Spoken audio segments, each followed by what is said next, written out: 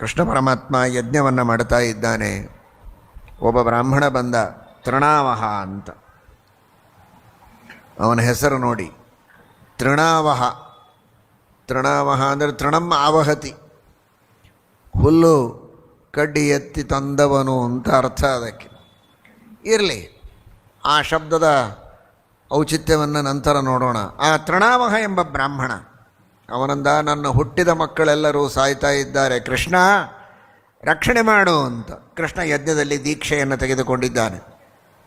ಆಗ ಅರ್ಜುನ ಹೊರಗೆ ನಿಂತು ಹೇಳ್ತಾನೆ, ನಾನೇ ಬರ್ತೇನೆ ಅಂತ. ಅಲ್ಲೋ, ಇಲ್ಲಿ ಬೇರೆ ಯಾರಿಂದಲೂ ಈ ಕೆಲಸ ಆಗೋದಿಲ್ಲ, ಕೃಷ್ಣನೇ ಬೇಕು ಅಂತ.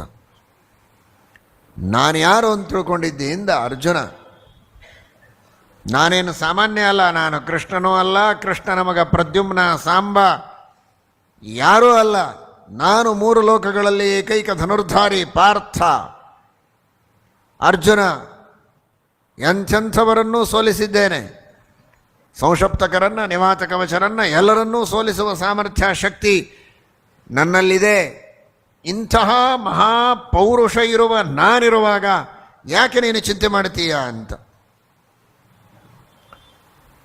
ಶ್ರೀಕೃಷ್ಣನ ಅನುಗ್ರಹದಿಂದ, ಅವನ ದಯೆಯಿಂದ ಏನಾದರೂ ಶಸ್ತ್ರಾಸ್ತ್ರಗಳ ಪ್ರಯೋಗ ಮಾಡಬಹುದು, ಪರಾಕ್ರಮ ತೋರಿಸಬಹುದು, ಬಿಟ್ಟರೆ ಸ್ವತಂತ್ರವಾಗಿ ನನ್ನಲ್ಲಿ ಯಾವ ಶಕ್ತಿ ಇಲ್ಲ ಅಂತ ವಿನಯದಿಂದ ಹೇಳಿಕೊಳ್ಳುವವನೇ ಅರ್ಜುನ. ಆದರೆ ಆ ಸಂದರ್ಭದಲ್ಲಿ ಯಾಕೋ ಅರ್ಜುನನ ಬಾಯಿಯಿಂದ ಆ ಮಾತು ಬರಲಿಲ್ಲ. ಅಹಂಕಾರದ ನುಡಿಗಳನ್ನು ನುಡಿದ. ಶ್ರೀಕೃಷ್ಣ ಪರಮಾತ್ಮ ಅದಕ್ಕೆ ಸರಿಯಾಗಿ ಪಾಠ ಕಲಿಸಿದ. ಆಯಿತು, ನೀನೇ ಬಾ ಅಂತ ಕರ್ಕೊಂಡು ಹೋದ. ಹುಟ್ಟಿದ ಮಕ್ಕಳೆಲ್ಲ ಸಾಯ್ತಾ ಇದ್ವು ಅವನಿಗೆ. ಆಗ ಈ ಬಾರಿ ಮತ್ತೆ ಪ್ರಸವ ಕಾಲ ಅವನ ಹೆಂಡತಿಗೆ. ಆ ಪ್ರಸವ ಆಗುವಂತಹ ಏನೊಂದು ಪ್ರಸವದ ಶಾಲೆ, ಪ್ರಸೂತಿಯಾಗುವಂತಹ ಸ್ಥಳ ಇದೆ, ಅವನ ಮನೆ, ಅದರ ಸುತ್ತಲೂ ಬಾಣದಿಂದ ಪಂಜರವನ್ನು ಮಾಡಿದ್ದಾನೆ ಅರ್ಜುನ. ಹುಟ್ಟಿದ ಕೂಸು ಎಲ್ಲಿ ಹೋಗುತ್ತೆ ಗೊತ್ತಾಗ್ತಾ ಇರಲಿಲ್ಲ, ಮಾಯ ಆಗ್ತಾ ಇತ್ತು.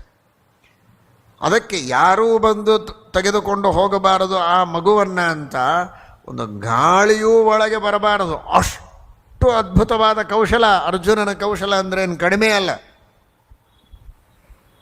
ಅಂಥ ಅದ್ಭುತವಾದ ಮಾಣಗಳ ಪಂಜರವನ್ನು ಮಾಡಿದ್ದಾನೆ, ಬಂಧನವನ್ನು ಮಾಡಿಟ್ಟ. ಯಾರೂ ಒಳಗೆ ಬರೋ ಹಾಗಿಲ್ಲ. ಒಳಗಿರುವ ನಿನ್ನ ಪತ್ನಿ, ಅವಳು ಉತ್ತಮವಾದ ಮಗುವಿಗೆ ಜನ್ಮ ಕೊಟ್ಟರೆ ಸುರಕ್ಷಿತವಾಗಿರುತ್ತದೆ, ನೀನು ಚಿಂತೆ ಮಾಡಬೇಡ ಅಂತ. ಯಥಾಪ್ರಕಾರ ಮಗುವಿನ ಜನ್ಮ ಆಯಿತು, ಮಗು ಮಾಯ ಆಯಿತು. ಎಲ್ಲಿ ಬಂತು, ಹೇಗೆ ಹೋಯಿತು, ಬಂತು ಹೇಗೆ ಗೊತ್ತು, ಹೋಯ್ತು ಹೇಗೆ ಗೊತ್ತಿಲ್ಲ. ನಿನ್ನ ಅಹಂಕಾರದಿಂದ ನಾನೇನು ಯಾರಿಗೆ ಕಡಿಮೆ ಅಲ್ಲ, ನನ್ನ ಸಮಾನ ಯಾರೇ ಇಲ್ಲ ಅನ್ನುವ ನಿನ್ನ ವೈಯಕ್ತಿಕ ಅಹಂಕಾರದಿಂದ ನನ್ನ ಮಗನನ್ನು ಹಾಳು ಮಾಡಿದೆ. ಮೊದಲೇ ನನಗೆ ಮಕ್ಕಳಿಲ್ಲ ಅನ್ನುವ ದುಃಖ ಇದೆ.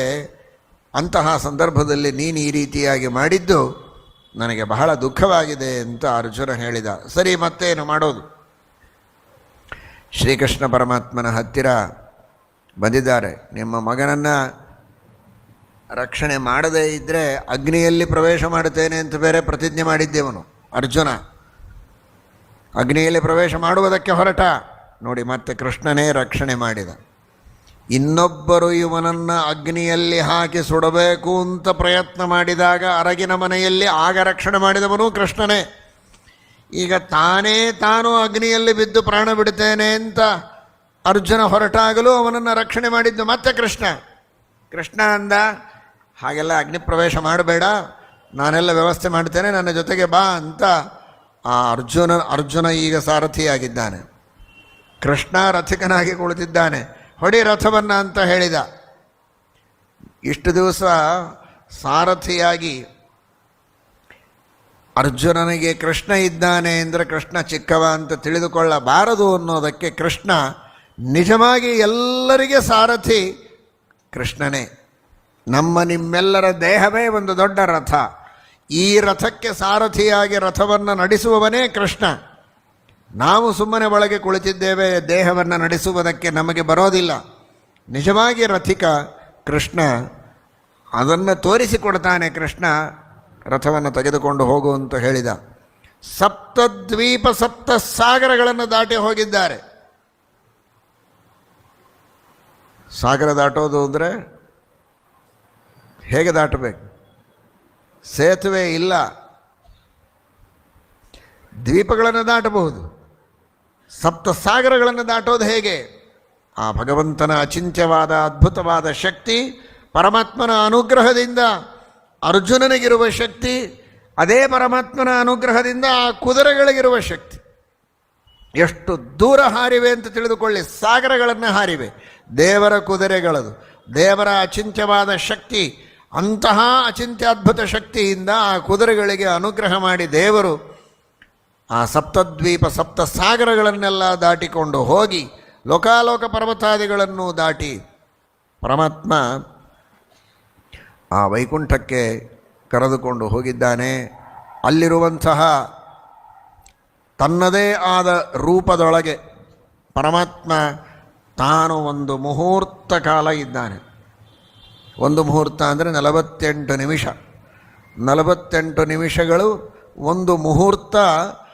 ಕೃಷ್ಣ ತನ್ನ ಮೂಲ ರೂಪದ ಜೊತೆಗೆ ವಿಶೇಷವಾಗಿ ಸೇರಿಕೊಂಡು ತನ್ನ ಸಂಕಲ್ಪಕ್ಕನುಗುಣವಾಗಿ ಆನಂದ ಸ್ವರೂಪನಾದ ಪರಮಾತ್ಮ ಸುಮ್ಮನಿದ್ದಾನೆ.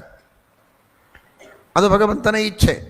ಅಲ್ಲಿದ್ದು ಪುನಃ ಅಲ್ಲಿಂದ ಹೊರಟು ಅಲ್ಲಿರುವ ತನ್ನ ಪಾರ್ಷದರೇ ಅವರನ್ನೇ ಪರಮಾತ್ಮ ಈ ಬ್ರಾಹ್ಮಣನ ಮಕ್ಕಳನ್ನಾಗಿ ಹುಟ್ಟಿಸ್ತಾ ಇದ್ದ. ಒಂದೊಂದು ಹುಟ್ಟಿದಂತೆ ಮತ್ತೆ ಅವುಗಳನ್ನು ತಾನೇ ಕರೆದುಕೊಂಡು ಹೋಗ್ತಾ ಇದ್ದ. ಬೇರೆ ಯಾವ ಭೂತ ಪ್ರೇತ ಪಿಶಾಚ ಬಂದಿದ್ದಿಲ್ಲ ಅಲ್ಲಿ. ಆ ಮಕ್ಕಳು ಹುಟ್ಟಿದ್ದೆಲ್ಲ ಮಾಯವಾಗ್ತಾ ಇದ್ವಲ್ಲ, ಅವುಗಳನ್ನು ಕರೆದುಕೊಂಡು ಹೋದ ಭೂತ ಅಂದರೆ ಕೃಷ್ಣನೇ. ಏಕೋ ವಿಷ್ಣುರ್ ಮಹದ್ಭೂತಂ, ಅವನೇ ಮಹಾಭೂತ, ಯಾರಿಗೂ ಕಾಣದವ, ಅಧೋಕ್ಷಜ, ಕಣ್ಣಿಗೆ ಕಾಣದ ಅಧೋಕ್ಷಜ, ಅಚಿಂತ್ಯ ಶಕ್ತಿ ಸಂಪನ್ನನಾದ ಭಗವಂತ ಪರಮೇಶ್ವರ ಅವನೇ ಅವೆಲ್ಲವನ್ನು ಅಲ್ಲಿ ಕರೆದುಕೊಂಡು ಹೋಗಿದ್ದಾನೆ.